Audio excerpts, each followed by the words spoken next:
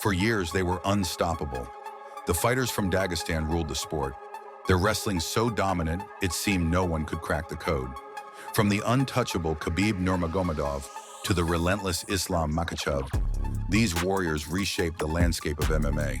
But something has changed. In 2025, an unsettling trend is emerging. Dagestani fighters are losing, and not just once. Again and again, we're seeing something we never thought possible. So what happened? Is this the end of an era? Is the mystique of Dagestani dominance fading? Today, we uncover the truth behind the fall of the Eagles. Before we can understand their downfall, we must first acknowledge just how dominant the Dagestani fighters were. Their rise wasn't a fluke, it wasn't luck. It was built on generations of disciplined training, grueling wrestling, and a philosophy of absolute control.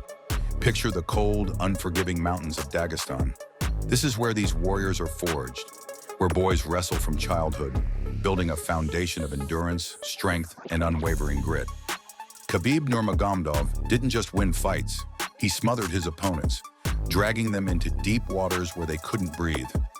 His legacy was passed down, and fighters like Islam Makhachev, Usman Nurmagomedov, and Magomed Ankalaev carried the torch, enforcing a near-invincible grip on their divisions. But history tells us that all dynasties, no matter how mighty, eventually crumble. And now, in 2025, we're seeing the first cracks. Let's talk about the moments that sent shockwaves through the MMA world. The first major blow came when Islam Makhachev, once considered an unshakable champion, lost his lightweight belt in a stunning upset. His opponent wasn't just another name in the rankings. He had meticulously studied Islam's game, built his camp around stopping the relentless wrestling, and executed the perfect strategy. What was once an effortless takedown suddenly became a struggle.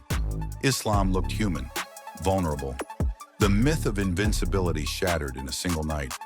Then came Usman Nurmagomedov, Bellator's lightweight king, whose undefeated record was abruptly ended in dramatic fashion. A vicious knockout, a moment of hesitation, and suddenly, the Dagestani warrior lay unconscious. Fans couldn't believe their eyes. Had he underestimated his opponent? Had the mental pressure finally caught up to him? And then there was Magomed Ankalaev. Once touted as the next UFC light heavyweight champion, Ankalaev was poised to claim gold. But his title fight was a disaster. His striking heavy approach was picked apart by an opponent who had studied every angle, every tendency. The fight that should have been his crowning moment became his downfall. So what's going wrong? Why are these warriors, once thought to be unbeatable, suddenly facing defeat? MMA isn't static, it's constantly evolving. And when one style dominates for too long, the rest of the sport catches up. Think about how Brazilian Jiu-Jitsu once ruled the early days of MMA. Fighters had no answers for it, until wrestlers learned how to nullify submissions. Now the same is happening with Dagestani wrestling. Fighters have adapted, focusing on superior takedown defense, using movement to avoid the clinch, and working tirelessly on scrambling techniques. The aura of fear is gone. They no longer see Dagestani fighters as invincible. Dagestani fighters are the best grapplers in the sport. That's undeniable. But what happens when they can't take their opponent down? When they're forced to stand and trade punches? Some of them have developed solid striking, but for many, their stand-up remains a weakness. In a sport where knockouts change fights in an instant, this is a serious vulnerability. Fighting is unforgiving. The years of brutal training, the relentless pace, eventually it takes a toll.